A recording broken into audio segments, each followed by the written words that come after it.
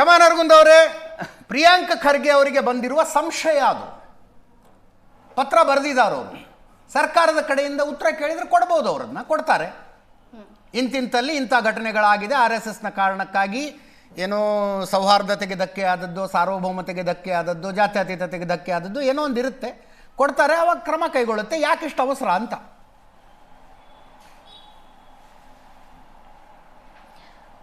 ಇದಕ್ಕೆ ಉತ್ತರ 2 ಪ್ರಶ್ನೆಗಳನ್ನು ರಮೇಶ್ ಅವರನ್ನು ಫಸ್ಟ್ ಕೇಳ್ತೀನಿ. ಅವ್ರ ಪ್ರಕಾರ ಸಂಘದಲ್ಲಿ ಅನೈತಿಕ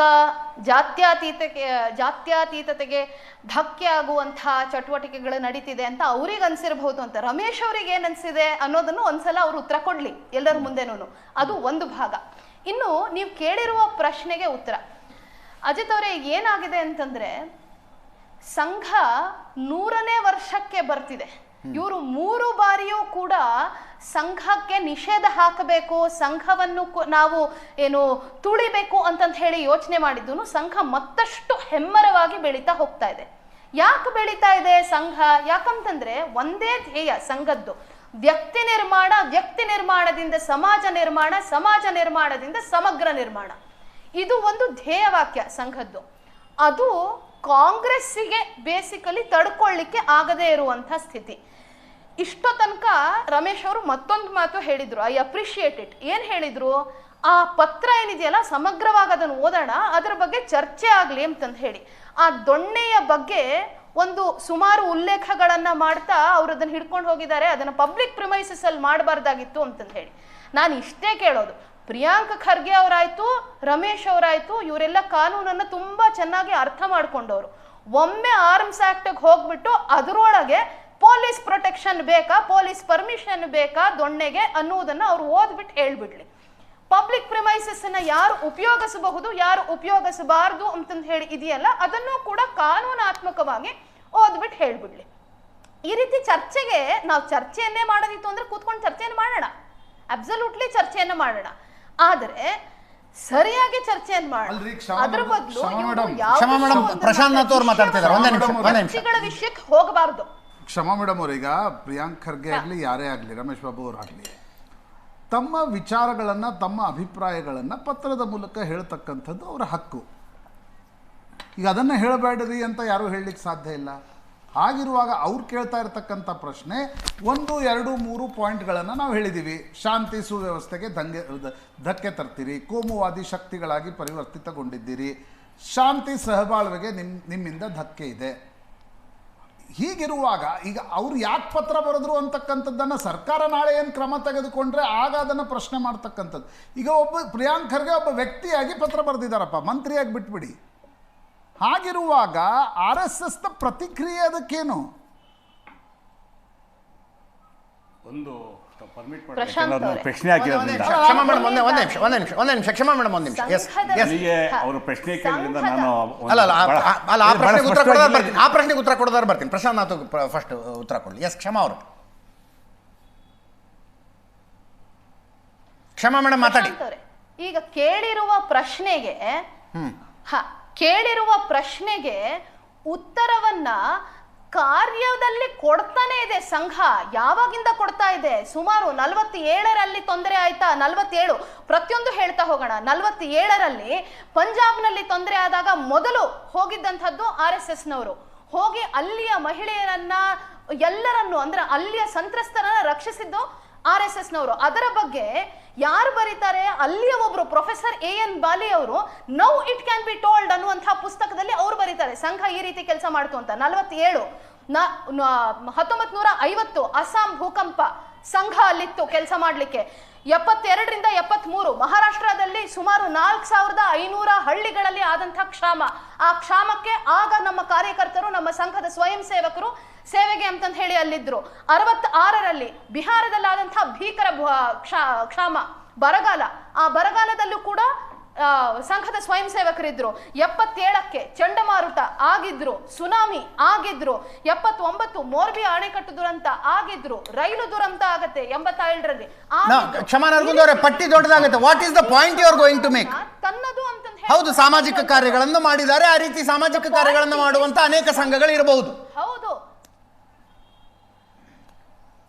ಸಾಮಾಜಿಕ ಕಾರ್ಯವನ್ನ ಮಾಡ್ತಾ ಇರುವಂತಹ ಸಂಘ ಸಮಾಜವನ್ನ ಒಟ್ಟುಗೂಡಿಸ್ಕೊಂಡು ಕರ್ಕೊಂಡು ಹೋಗ್ತಾ ಇದೆಯಲ್ಲ, ಅದು 100ನೇ ವರ್ಷಕ್ಕೆ ಬಂದಾಗ ಇಡೀ ಸಮಾಜ ಒಂದಾಗ್ತಿರೋದಕ್ಕೋಸ್ಕರ ಅಲ್ಲಿ ತಡ್ಕೊಳ್ಳಿಕ್ಕೆ ಆಗ್ತಾ ಇಲ್ಲ, ಅವರಿಗೆ ಪೊಲಿಟಿಕಲಿ ಅದನ್ನ ತಡ್ಕೊಳ್ಳಿಕ್ಕೆ ಆಗ್ತಿಲ್ಲ ಅನ್ನುವ ಕಾರಣಕ್ಕೋಸ್ಕರ ಇದಾಗ್ತಾ ಇರುವಂಥದ್ದು.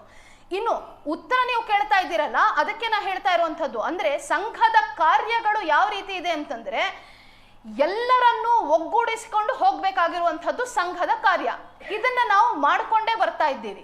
ವಿಭಜಕ ಶಕ್ತಿ ಅಂತ ಕರೀತಾರೆ ಅವರು. ಎರಡು ಮಾತು ಅಥವಾ ಇಲ್ವೇ ಇಲ್ಲ. ಒಂದು ನಿಮಿಷ ದಯಮಾಡಿ, ಯಾಕೆಂದ್ರೆ ನನಗೆ ಪ್ರಶ್ನೆ ಹಾಕಿದ್ರೆ ಐ ಹ್ಯಾವ್ ಟು ಆನ್ಸರ್. ಇಲ್ಲ, ನನ್ನ ಮಧ್ಯದಲ್ಲಿ ಇಂಟರ್ಫಿಯರ್ ಆಗಲ್ಲ. ಅವರ ಲೀಡರ್ಸೇ ಹೇಳಿರುವಂಥದ್ದು 1934ರಲ್ಲಿ ಮಹಾತ್ಮ ಗಾಂಧಿ ಅವರು ವಾರ್ಧಾಗ್ ಬಂದಿದ್ರು, ಸಂಘದ ಶಾಖೆಯಲ್ಲಿದ್ರು.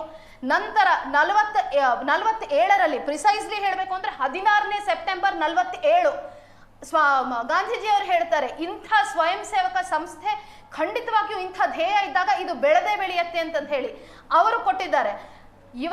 ಇವರ ಲೀಡರೇನೆ ನೆಹರು ಅವರು 63ರಲ್ಲಿ ರಿಪಬ್ಲಿಕ್ ಡೇ ಪರೇಡ್ಗೆ ಕರೀಲಿಲ್ವಾ, ಆಗ ನಾವು ಚೈನಾ ವಾರ್ನೊಳಗೆ ಮಾಡಿರುವಂಥದ್ದು.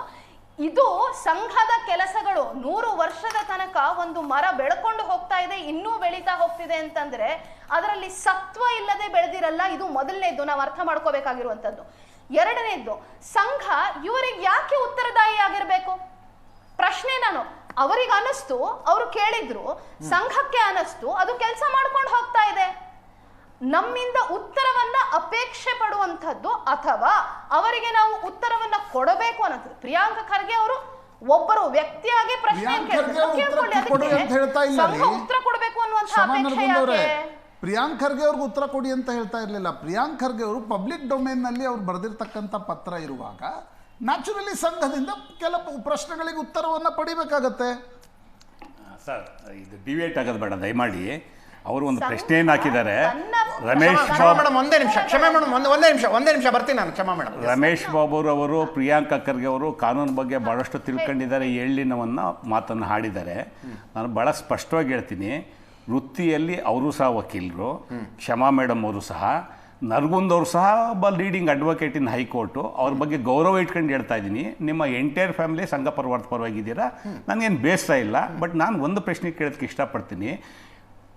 ಪ್ರಿಯಾಂಕ ಖರ್ಗೆ ಅವರು ಏನು ಕೇಳ್ತಾರೆ, ಅವ್ರಿಗೆ ಯಾಕೆ ನಾವು ಉತ್ತರ ಕೊಡಬೇಕು? ಎಸ್, ಅಗ್ರಿ, ಆಯಿತು, ನೀವು ನಿಮ್ಮಿಂದ ನಾವು ಉತ್ತರ ನಿರೀಕ್ಷೆ ಮಾಡಿಲ್ಲ, ಬೇಕು ಇಲ್ಲ ನನಗೆ, ಯಾಕೆ ಸಂಘ ಪರಿವಾರದವರು ಉತ್ತರ ಕೊಡಲ್ಲ.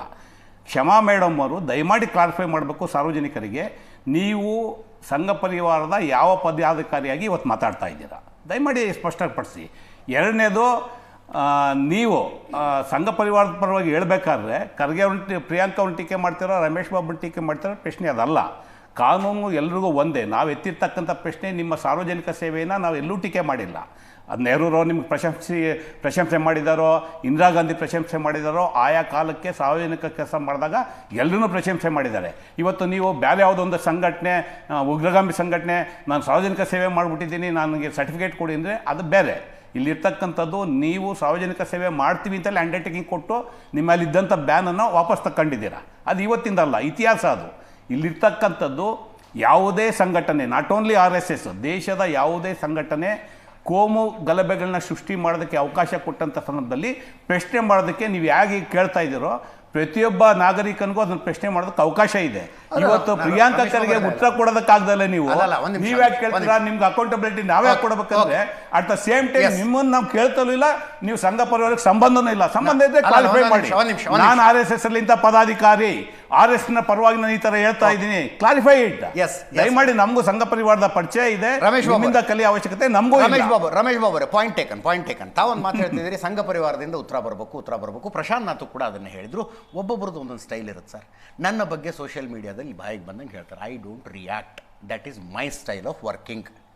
ಇನ್ನೊಬ್ಬರ ಬಗ್ಗೆ ಹಾಕಿದಾಗ ಹೇಳಿರುವ ಪ್ರತಿ ಶಬ್ದಕ್ಕೂ ಪ್ರತಿ ವಾಕ್ಯಕ್ಕೂ ಅವರು ಉತ್ತರ ಕೊಟ್ಕೊಂಡು ಕೂತ್ಕೋತಾರೆ, that is their style of working. ಹೌದು ಅಲ್ಲ ಒಂದೇ ನಿಮಿಷ ಇವ್ರು ಯಾವ ಕೆಪಾಸಿಟಿ ಮೇಲೆ ಒಂದೇ ನಿಮಿಷ ಅದು ಹೇಳ್ಬೇಕಲ್ಲ. ಸರ್ ಒಂದೇ ನಿಮಿಷ ಸರ್ ಇಲ್ಲಿ ಅಬ್ದುಲ್ ರಜಾಕ್ ಕೂತ್ಕೊಂಡು ಕಾಂಗ್ರೆಸ್ ಪಕ್ಷವನ್ನು ಕಾಂಗ್ರೆಸ್ಸಿನ ವಕ್ತಾರರಿಗಿಂತಲೂ ಜೋರಾಗಿ ಸಮರ್ಥನೆ ಮಾಡಿಕೊಳ್ತಾರೆ. ಕಾಂಗ್ರೆಸ್ ಪಕ್ಷದ ನಿಲುವುಗಳನ್ನ ನಡೆಗಳನ್ನ ಸಾರ್ವಜನಿಕವನ್ನಾಗಿ ನನ್ನ ಅಬ್ಸರ್ವೇಷನ್ ಅದು ಅಂತಾರೆ ಐ ಆಮ್ ಸಾರಿ. ಅಲ್ಲ ಒಂದೇ ನಿಮಿಷ ನಿಮ್ಮ ಪ್ರಶ್ನೆಗೆ ಅವ್ರ ಹತ್ರ ಉತ್ತರ ತಗೋತೀನಿ ಇಲ್ಲ ಅಂತಲ್ಲ. ನಾನು ನೋಡಿ ಬಹಳ ಸ್ಪಷ್ಟ ಇದ್ದೀನಿ. ನರಗುಂದ್ ಅವರ family entire family attached with RSS. ನಾನು ಯಾವುದೇ ಮುಜುಗರ ಇಲ್ಲದೆ ಹೇಳ್ತಾ ಇದ್ದೀನಿ. ಮುಜುಗರ ಯಾಕ್ರಿ ಅವ್ರು ಹೇಳಿ ಮೇಡಮ್ ಅವರು ಯಾವ ಕೆಪಾಸಿಟಿ ಮೇಲೆ ಕ್ಷಮಾ ಮೇಡಮ್ ಅವರು ಮಾತಾಡ್ತಾ ಇದ್ದಾರೆ. ಸುಧಾಕರ್ ಹೊಸಳ್ಳಿ ಅವರು ನಮ್ಮನ್ನ ಜಾಯ್ನ್ ಆಗಿದ್ದಾರೆ. ಸುಧಾಕರ್ ಹೊಸಳ್ಳಿ ಅವರ ತಮಗೂ ಕೂಡ ಕಾರ್ಯಕ್ರಮಕ್ಕೆ ಸ್ವಾಗತ.